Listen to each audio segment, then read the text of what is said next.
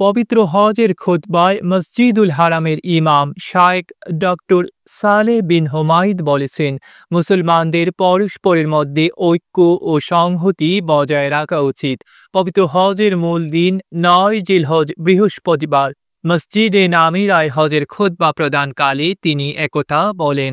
বৃহস্পতিবার ৫ জুন লাখো হাজি সমবেত হন ঐতিহাসিক আরাফাতের ময়দানে। সেখানে মসজিদে নামিরা থেকে হজের খুতবা দেন শায়েখ ডক্টর সালেহ বিন হুমাইদ।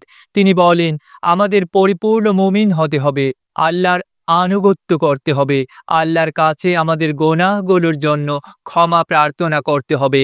যারা ক্ষমা প্রার্থনা করবে, আল্লাহ তাদের জন্য রেখেছেন চিরস্থায়ী জান্নাত। তিনি আরও বলেন, নবীজি সাল্লাল্লাহু আলাইহি ওয়াসাল্লাম বলেন, ইসলাম হলো আল্লাহ এক, এ বিষয়ে সাক্ষ্য দিতে হবে, নামাজ পড়বে, রোজা রাখবে, যাকাত দিবে, সক্ষম হলে হজ করবে। আল্লাহর জন্য সব ইবাদত করতে হবে। আল্লাহ চান পৃথিবীর মানুষ যেন তাকওয়াবান হয়ে যায়। আল্লাহ মানুষকে লক্ষ্য করে বলেন, তোমরা আল্লাহ ছাড়া আর কারো ইবাদত করবে না। হজের খুতবায় শায়েখ ডক্টর সালেহ বিন হুমাইদ আরও বলেন, সমাজের বন্ধন দৃঢ় করতে তোমরা পরস্পর ভ্রাতৃত্ব বন্ধন রক্ষা করবে, আত্মীয়তা রক্ষা করবে, তোমরা আল্লাহর ইবাদত করবে।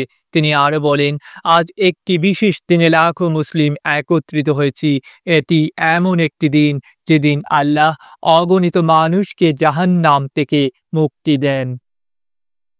ফিলিস্তিনের মুসলিমদের জন্য দোয়া করে মসজিদুল হারামের ইমাম খুতবায় বলেন, হে আল্লাহ, আপনি ফিলিস্তিনের মুসলিমদের হেফাজত করুন, তাদের ওপর আপনার রহমত বর্ষণ করুন। হে আল্লাহ, আপনি তাদেরকে তাদের ও আপনার শত্রুদের ওপর সাহায্য করুন।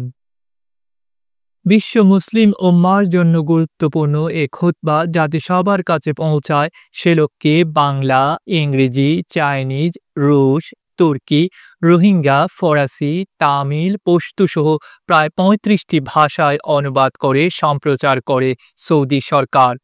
হজের প্রধান ও গুরুত্বপূর্ণ ফরজ আরাফায় অবস্থান পালনের জন্য বৃহস্পতিবার ভোর থেকে আরাফায় পৌঁছাতে শুরু করেন হাজিরা।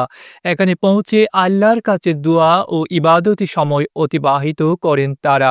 হাজার হাজার হাজি ফজরের আগেই আরাফার ময়দান, জাবালে রহমত পাহাড় ও তার আশপাশের সমতল ভূমিতে একত্রিত হতে শুরু করেন।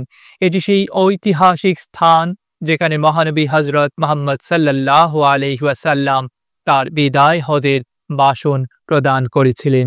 ডেস্ক রিপোর্ট, আধুনিক কাগজ।